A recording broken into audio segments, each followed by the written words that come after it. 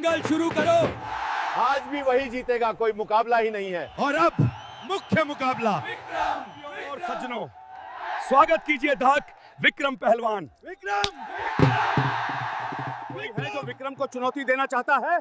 इनाम मान 1 करोड़। कोई नहीं जाएगा। पागल है क्या कोई? सुबह के ठीक 4 बज चुके थे। शहर अभी सो रहा था। गलियों में कुत्ते भी गोल होकर पड़े थे। हवा ठंडी थी, लेकिन झुग्गी बस्ती के एक कोने में एक लड़का जाग चुका था। नाम देव, उम्र 16 साल। उसकी नींद अलार्म से नहीं, खांसी से खुलती थी। अंदर खाट पर उसकी मां सीता लगातार खांस रही थी। खांसी सूखी नहीं थी, वो अंदर से टूटती हुई आवाज थी। देव ने चुपचाप आंखें खोली, छत की टीन पर जमी धूल देखी और बिना आवाज किए उठ गया। वह जानता था, अगर मां जाग गई और उसे उठते देख लिया तो कहेंगी, सो जा बेटा, अभी अंधेरा है। लेकिन देव को अंधेरे से डर नहीं लगता था। वह तो उसी में बड़ा हुआ था। सुबह 5 बजे वह दूध डेयरी पहुंच गया। बड़े बड़े कनस्तर उठाना, साइकिल पर सप्लाई करना, कभी गिर जाना, कभी फिसलना। फिर 9 बजे तक मंडी में बोरियां उठाना, दोपहर में कबाड़ी के यहाँ प्लास्टिक छांटना, शाम को एक ढाबे में बर्तन। हाथों में छाले थे, कंधे छिल चुके थे, लेकिन उसकी जेब में शाम तक बस 180 रुपये होते और मां की दवाइयों का खर्च 900 रुपये रोज। 3 दिन पहले वह मां को सरकारी अस्पताल ले गया था। डॉक्टर ने रिपोर्ट देखी, चेहरा गंभीर हो गया। दिल की वॉल्व खराब है और टीबी पुरानी हो चुकी है, ऑपरेशन करना पड़ेगा। देव की सांस रुक गई। खर्च कम से कम 12 से 15 लाख। वह हंसा नहीं, रोया नहीं, बस सिर हिलाया। उस दिन उसने समझा, गरीबी बीमारी से ज्यादा खतरनाक होती है। घर में एक पुरानी फोटो टंगी थी। देव के पिता रघुवीर, मजबूत कंधे, मूंछें तनी हुई, अखाड़े की मिट्टी से सना बदन। वह कभी इलाके के नामी पहलवान थे, गांव गांव दंगल जीतते थे। लेकिन एक बड़े दंगल में साजिश हुई। रेफरी ने गलत फैसला दिया। लड़ाई के बाद झगड़ा हुआ और उसी रात रघुवीर की गर्दन पर हमला हुआ। वे बच नहीं पाए। देव तब 10 साल का था। उस दिन घर से रोटी गई और सम्मान भी। उस शाम मंडी में पोस्टर लगा दिखा, महादंगल विजेता को 1 करोड़ रुपये स्थान, शहर का बड़ा मैदान, मुख्य मुकाबला विक्रम पहलवान। नाम पढ़ते ही लोग फुसफुसाए, वो, अरे वो तो पहाड़ है, 120 किलो का है, जिसे पकड़ ले उसे मिट्टी में गाड़ दे। देव पोस्टर देखता रहा। 1 करोड़ रुपए। उसे अस्पताल का बिल याद आया, मां की खांसी याद आई, पिता की तस्वीर याद आई। उसकी उंगलियां अपने आप भींच गईं। उस रात देव सोया नहीं। मां सो रही थी। वह बाहर चबूतरे पर बैठा आसमान देख रहा था, तारों को। उसे पिता की आवाज याद आई, पहलवान वो नहीं जो ताकतवर हो, पहलवान वो है जो हालात से लड़े। देव ने मिट्टी उठाई, हाथ में मसल दी। अगर मैं नहीं गया तो मैं खुद से नजरें नहीं मिला पाऊंगा। उस रात एक लड़का नहीं सोया।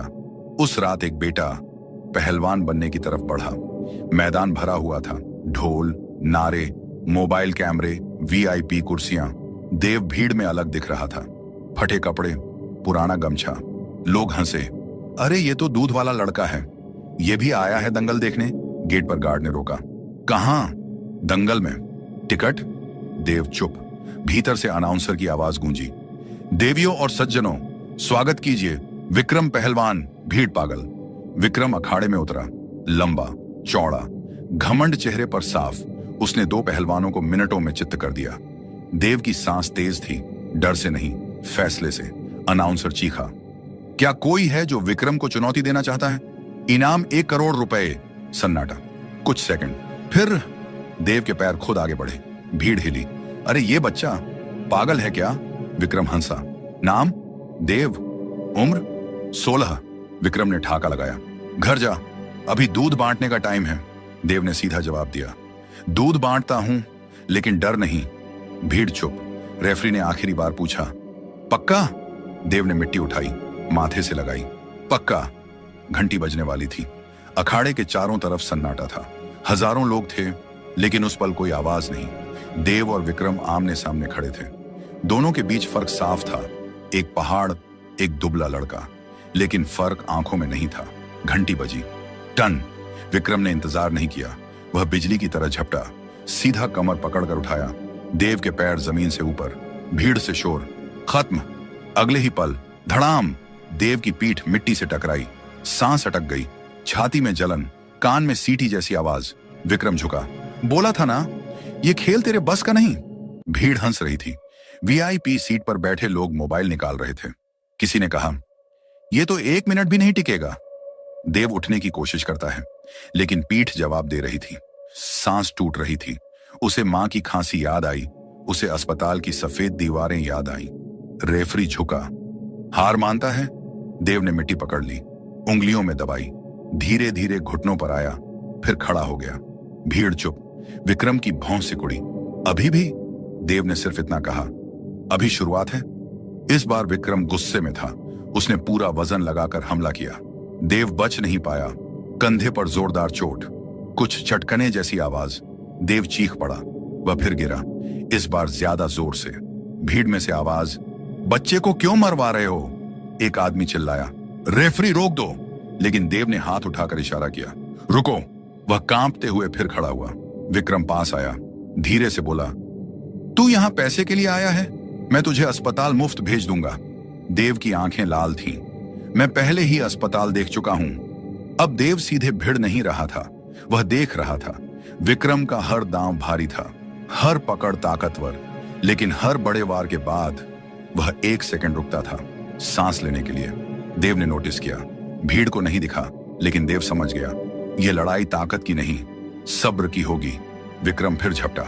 इस बार देव पीछे नहीं हटा, वह झुका। वार सिर के ऊपर से निकल गया। भीड़, ओ! देव पहली बार साइड में निकला।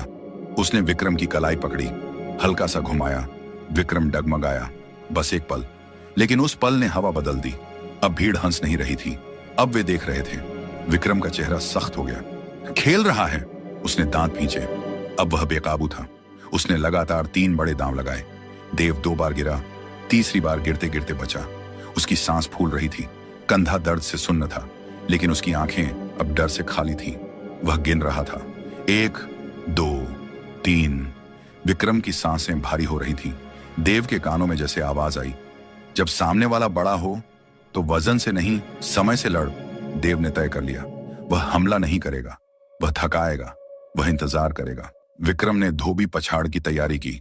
भीड़ खड़ी हो गई। अब खत्म। विक्रम ने पूरा जोर लगाया, देव को उठाया, लेकिन हवा में ही देव ने पैर फंसाया, शरीर ढीला छोड़ा। विक्रम का संतुलन थोड़ा बिगड़ा, दोनों गिरे, लेकिन इस बार विक्रम पूरी तरह नियंत्रण में नहीं था। देव तुरंत लुढ़क कर अलग हो गया। रेफरी की आंखें चौड़ी, भीड़ में फुसफुसाहट। लड़का सीख रहा है। अब 5 मिनट हो चुके थे। विक्रम का भारी शरीर पसीने से चमक रहा था, सांस तेज, चेहरे पर चिड़चिड़ाहट। देव भी घायल था, लेकिन उसकी चाल हल्की थी, उसकी सांस छोटी छोटी लेकिन स्थिर। भीड़ अब 2 हिस्सों में बढ़ चुकी थी। कुछ अभी भी हंस रहे थे, कुछ चिल्ला रहे थे, देव देव। विक्रम गुस्से में झपटा, इस बार पूरी ताकत से। देव ने खुद को पास आने दिया, अचानक नीचे झुका, कमर के पीछे हाथ डाला और पूरा शरीर घुमा दिया। विक्रम का पैर फिसला, पहाड़ पहली बार एक घुटने पर आया। पूरा मैदान खड़ा। विक्रम की आंखों में पहली बार शक, लेकिन वह तुरंत उठ खड़ा हुआ, गुस्से में गरजा, अब खेल खत्म। घंटी बज गई, पहला राउंड खत्म। दोनों अपने अपने कोने में। देव के पास कोई कोच नहीं, कोई मालिश करने वाला नहीं, सिर्फ वह और उसकी सांसें। उसने मिट्टी उठाई, माथे पर लगाई, धीरे से कहा, मां, अभी नहीं हारूंगा। घंटी दोबारा बजी। अखाड़े में धूप अब तेज हो चुकी थी, मिट्टी गर्म हो रही थी, हवा में पसीने और तनाव की गंध घुली हुई थी। देव ने अपनी सांस सीधी की। कंधे में अभी भी तेज दर्द था, लेकिन आंखें शांत थीं। दूसरी तरफ विक्रम खड़ा था, चेहरे पर गुस्सा। उसे यकीन नहीं हो रहा था कि एक 16 साल का लड़का अभी भी सामने खड़ा है। घंटी बजते ही विक्रम तूफान बनकर आया। इस बार उसने दाम नहीं, तोड़ने की नीयत से हमला किया। सीधा पकड़, कमर जकड़ी, देव हवा में। भीड़ चीखी, अब खत्म। विक्रम ने पूरी ताकत से पटक दिया। धड़ाम, मिट्टी उछली। देव की सांस रुक गई, आंखों के सामने अंधेरा, भीड़ शांत। रेफरी झुका, देव उठो। देव नहीं हिला। विक्रम पीछे हटकर खड़ा हो गया। यही था तेरा सपना? देव के कानों में आवाजें धुंधली हो रही थी। उसे लगा सब खत्म, लेकिन उसी अंधेरे में उसे पिता की तस्वीर दिखी। अखाड़ा, मूंछें तनी हुई, मिट्टी में खड़ा गर्भ, फिर मां का चेहरा, ऑक्सीजन मास्क, कमजोर मुस्कान। बेटा, देर मत करना। देव की उंगलियां मिट्टी में धंस गईं। धीरे धीरे वह हिला। भीड़ से हल्की आवाज, उठ रहा है। देव घुटनों पर आया, फिर कांपते हुए खड़ा हो गया। पूरा मैदान खड़ा, तालियां। अब कोई नहीं हंस रहा था। विक्रम ने दांत भींचे। जिद्दी है तू। इस बार उसने लगातार 3 दांव लगाए। देव 2 बार गिरा। तीसरी बार उसने बचते हुए विक्रम की टांग पर हल्का दबाव डाला। विक्रम फिसला, संतुलन डगमगाया। देव समझ गया, अब वक्त आ रहा है। देव अब सीधा हमला नहीं कर रहा था, वह घूम रहा था, बच रहा था, छोटे छोटे दबाव दे रहा था। हर बार जब विक्रम पूरी ताकत लगाता, उसकी सांस और भारी हो जाती। भीड़ में से कोई बोला, लड़का उसे थका रहा है। विक्रम के चेहरे पर पसीना, गुस्सा, झुंझलाहट। विक्रम ने आखिरी बार धोबी पछाड़ की कोशिश की। पूरा शरीर झोंक दिया। देव ने खुद को ढीला छोड़ दिया, जैसे गिरने वाला हो, लेकिन गिरा नहीं। उसने नीचे झुककर विक्रम की टांग फंसाई, कमर पकड़ी, पूरा वजन घुमाया। यह दांव ताकत से नहीं, समय से लगाया गया था। विक्रम का संतुलन गया, पहाड़ हवा में डगमगाया और फिर धड़ाम, पूरा मैदान हिल गया। विक्रम पीठ के बल मिट्टी में था। रेफरी ने जमीन पर हाथ मारा। 1, भीड़ चिल्लाई। 2, विक्रम उठने की कोशिश। 3, उसका भारी शरीर जवाब दे रहा था। 4, देव खड़ा था, सांस टूट रही थी। 5, विक्रम घुटनों पर आया, लेकिन फिर फिसल गया। 6, पूरा मैदान गूंज उठा। 7, विक्रम उठ नहीं पाया। घंटी बजी, सन्नाटा, फिर विस्फोट। देव देव देव देव वहीं मिट्टी में बैठ गया। आंखों से आंसू बह रहे थे। उसने मिट्टी उठाकर माथे से लगाई। पिताजी, देख लिया? विक्रम धीरे से उठा। उसने देव के पास आकर हाथ बढ़ाया। आज तूने मुझे नहीं, मेरे घमंड को हराया है। देव ने हाथ थामा। माइक देव के हाथ में था। भीड़ शांत। मैं कोई हीरो नहीं हूं, उसने कहा। मैं सिर्फ एक बेटा हूं। मेरी मां अस्पताल में है। आज मैंने दंगल नहीं, उनकी सांसें जीतने की कोशिश की है। पूरा मैदान चुप। कुछ लोग रो रहे थे। वीआईपी सीट पर बैठे लोग भी खड़े थे। देव सीधे अस्पताल गया। कपड़े मिट्टी और खून से सने, हाथ में 1 करोड़ रुपए का चेक। डॉक्टर ने देखा, इलाज शुरू करो। ऑपरेशन थिएटर का दरवाजा बंद हुआ। देव बाहर बैठा। वहां कोई भीड़ नहीं थी, कोई तालियां नहीं थी, सिर्फ सन्नाटा। घंटों बाद डॉक्टर बाहर आए। ऑपरेशन सफल रहा। देव वहीं जमीन पर बैठ गया। उसकी आंखों से आंसू बह रहे थे। आज वह सच में जीत गया था। ऑपरेशन के बाद कई महीने बीत गए। देव की मां अब धीरे धीरे चलने लगी थी। चेहरे पर कमजोरी थी, लेकिन आंखों में चमक वापस आ चुकी थी। एक सुबह देव उन्हें सहारा देकर उसी पुराने अखाड़े में लाया। वही मिट्टी, वही पीपल का पेड़, वही सुबह की ठंडी हवा। मां ने मिट्टी उठाकर माथे से लगाई। तेरे पिताजी आज बहुत खुश होंगे। देव चुप रहा। उसकी आंखें नम थीं। देव के पास अब पैसा था, नाम था, शोहरत थी, लेकिन उसने शहर जाने का ऑफर ठुकरा दिया। उसने कहा, मैं यहां से नहीं जाऊंगा। यहीं से सपने शुरू हुए थे, यहीं से और बच्चों के सपने शुरू होंगे। कुछ ही महीनों में गांव में नया अखाड़ा बन गया। पक्की दीवारें, साफ मिट्टी, बच्चों के लिए जिम और बाहर एक बोर्ड, स्वर्गीय रमेश पहलवान स्मृति अखाड़ा। पहले दिन सिर्फ 3 बच्चे आए। फटे कपड़े, शर्मीली आंखें। देव मुस्कुराया। डरो मत, यहां हारने की नहीं, खुद को बनाने की ट्रेनिंग होती है। धीरे धीरे अखाड़ा भरने लगा। गांव के लोग जो पहले हंसते थे, अब अपने बच्चों को खुद लेकर आने लगे। एक दिन वही विक्रम अखाड़े में आया। अब उसके चेहरे पर घमंड नहीं था। उसने देव से कहा, अगर मंजूर हो तो मैं भी बच्चों को ट्रेनिंग देना चाहता हूं। देव मुस्कुराया। यह मिट्टी सबको बराबर कर देती है। उस दिन से विक्रम और देव साथ में ट्रेनिंग देने लगे। गांव वालों ने पहली बार देखा सच्ची जीत क्या होती है। एक शाम देव की मां अखाड़े के कोने में बैठी बच्चों को देख रही थी। उन्होंने धीरे से कहा, बेटा, तूने सिर्फ दंगल नहीं जीता, तूने लोगों का भरोसा जीता है। देव उनके पैरों के पास बैठ गया। मां, उस दिन अगर आप हार जाती तो मेरी सारी जीत बेकार होती। मां ने उसके सिर पर हाथ रखा। बेटा, असली ताकत शरीर में नहीं, नियत में होती है। साल बीत गए। देव अब बड़ा पहलवान बन चुका था। कई राज्य स्तरीय दंगल जीत चुका था, लेकिन हर जीत के बाद वह वही करता, मिट्टी उठाता, माथे से लगाता और आसमान की तरफ देखता। एक दिन गांव में बड़ा दंगल हुआ। इस बार अखाड़े में लड़ रहा था देव का ही एक शिष्य। देव बाहर खड़ा था।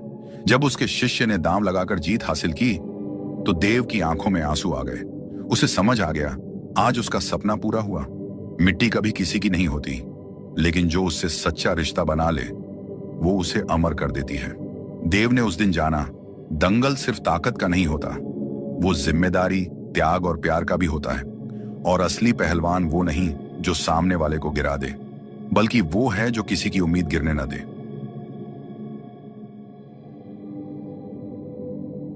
अगर करण की यह मिट्टी से उठी कहानी आपके दिल को छू गई हो तो वीडियो को लाइक जरूर करें। सब्सक्राइब करके ऐसे ही दंगल, संघर्ष और हौसले की सच्ची कहानियों से जुड़े रहें। इस कहानी को शेयर जरूर करें ताकि हर गांव, हर अखाड़े और हर उस बेटे तक पहुंचे जो हालात से लड़ रहा है। और कमेंट में जरूर बताइए आपका नाम क्या है और आप किस गांव या शहर से हैं।